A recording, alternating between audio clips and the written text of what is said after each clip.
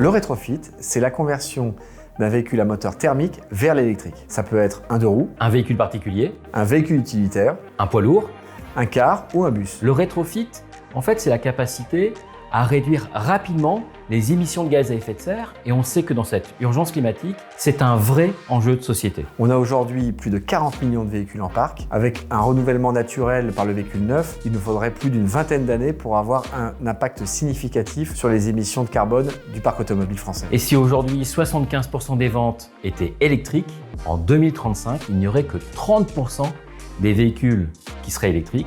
Et donc le rétrofit est un vrai complément à ce que font les constructeurs automobiles. L'association Air regroupe les acteurs de l'industrie du rétrofit électrique. Cette équipe d'entrepreneurs a travaillé avec la DGEC pour la mise en place de cette nouvelle réglementation qui permet maintenant de rendre très concret la conversion des véhicules thermiques en électrique. Également, elle a travaillé de concert avec l'ADEME pour réaliser une étude qui a démontré toute la pertinence de notre solution, notamment en termes de réduction de gaz à effet de serre. Parce que ça va de 66% pour les véhicules particuliers jusqu'à 90% pour les cars et les bus.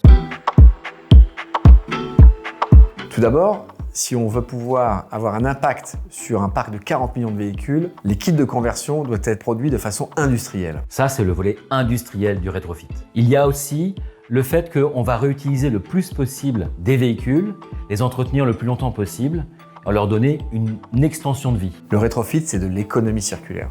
Un enjeu associé du rétrofit, c'est de produire avec les plus faibles émissions possibles. Ça, c'est la production bas carbone. Et puis, ces emplois qui vont permettre de faire le rétrofit, ce sont des emplois qui vont être locaux, qui ne se délocalisent pas. On est dans un schéma de production locale. C'est une demande forte de la population, des générations à venir. Nous devons apporter des solutions à l'émission des gaz à effet de serre par le parc automobile.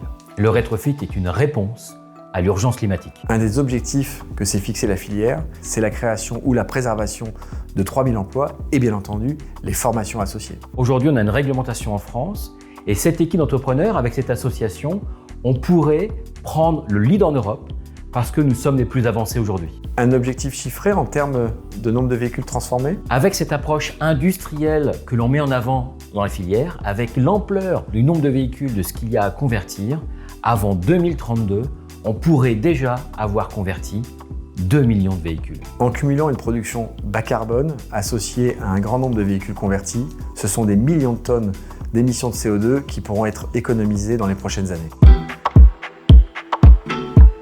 La filière rétrofit s'est fixé des objectifs ambitieux et surtout contributeurs du plan de neutralité carbone 2050 qui a été édicté par l'ADEME. Ils sont sur 4 axes. La génération frugale, la coopération territoriale, les technologies vertes et le pari réparateur. Nous sommes sur une année charnière. Des décisions doivent être prises très rapidement pour réduire nos émissions de gaz à effet de serre. Il y a des engagements qui ont été pris. L'association Air, la filière du rétrofit, est prête à s'engager sur ces réductions d'émissions. Mais nous avons besoin de soutien politique, réglementaire et économique. Pour répondre à tous ces enjeux, l'association Air propose un plan rétrofit au travers de 10 propositions. Tout d'abord, la mise en place d'un support équivalent à celui des 6 000 € versés aux voitures neuves. Ensuite, d'accompagner la filière dans sa communication vers le grand public, soutenir la filière dans ses actions d'industrialisation, dans la création d'offres de formation et dans l'extension à l'international. Mais c'est également la mise en place d'un taux de TVA réduit parce que c'est une solution bas carbone. C'est également associer la filière rétrofit au plan batterie, c'est aider au financement des batteries et des homologations. Et enfin, permettre l'homogénéisation de la réglementation à un niveau européen. On compte sur vous. Votez pour le rétrofit.